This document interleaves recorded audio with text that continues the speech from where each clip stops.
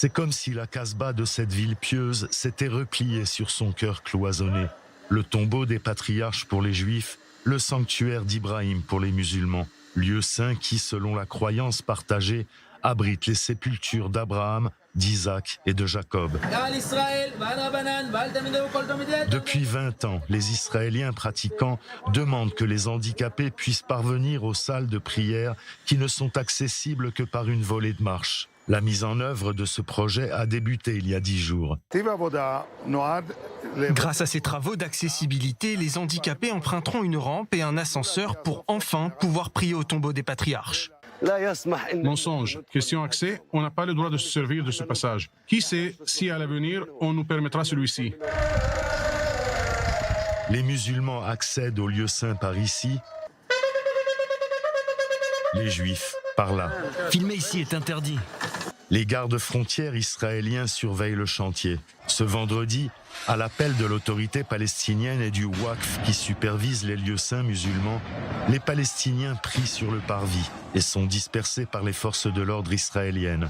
Le lendemain, le député arabe israélien Ahmad Tibi est interdit d'entrer dans le quartier juif. Notre caméraman Ahmad Alami et moi-même rencontrons un problème similaire.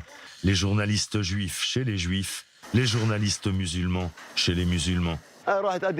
Ces travaux vont provoquer une escalade de la violence entre Palestiniens et Israéliens. Cette agitation est initiée par l'autorité palestinienne et la municipalité de Hebron. Que le gouvernement israélien leur dise sans équivoque, ici, aucun acte terroriste n'est toléré. Le droit des infirmes à l'accessibilité prévaut. Les fils d'Abraham s'emmurent dans leur foi exclusive. Ce lieu appartient aux Arabes, au prophète Ibrahim, père des prophètes, et est palestinien. Cet édifice est juif. Il a été bâti il y a 2000 ans à l'époque du Second Temple, avant l'avènement de l'islam. Les musulmans prient dans les salles réservées aux juifs pendant 10 jours de fête. L'ascenseur est pour tous. Mais selon les termes du protocole d'Hébron signé en 1997 par Binyamin Netanyahou et Yasser Arafat dans le cadre des accords d'Oslo, la municipalité palestinienne de cette ville divisée est responsable de la planification de tels projets. L'autorité palestinienne s'oppose à l'expropriation du terrain destiné aux travaux d'aménagement.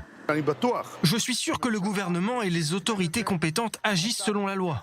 La loi, mais laquelle ? Ce lieu saint musulman se trouve sur une terre qui ne leur appartient pas. Ce projet enracine l'occupation israélienne. Ils manifestent contre l'assistance aux handicapés. C'est regrettable. Les travaux devraient durer 6 mois.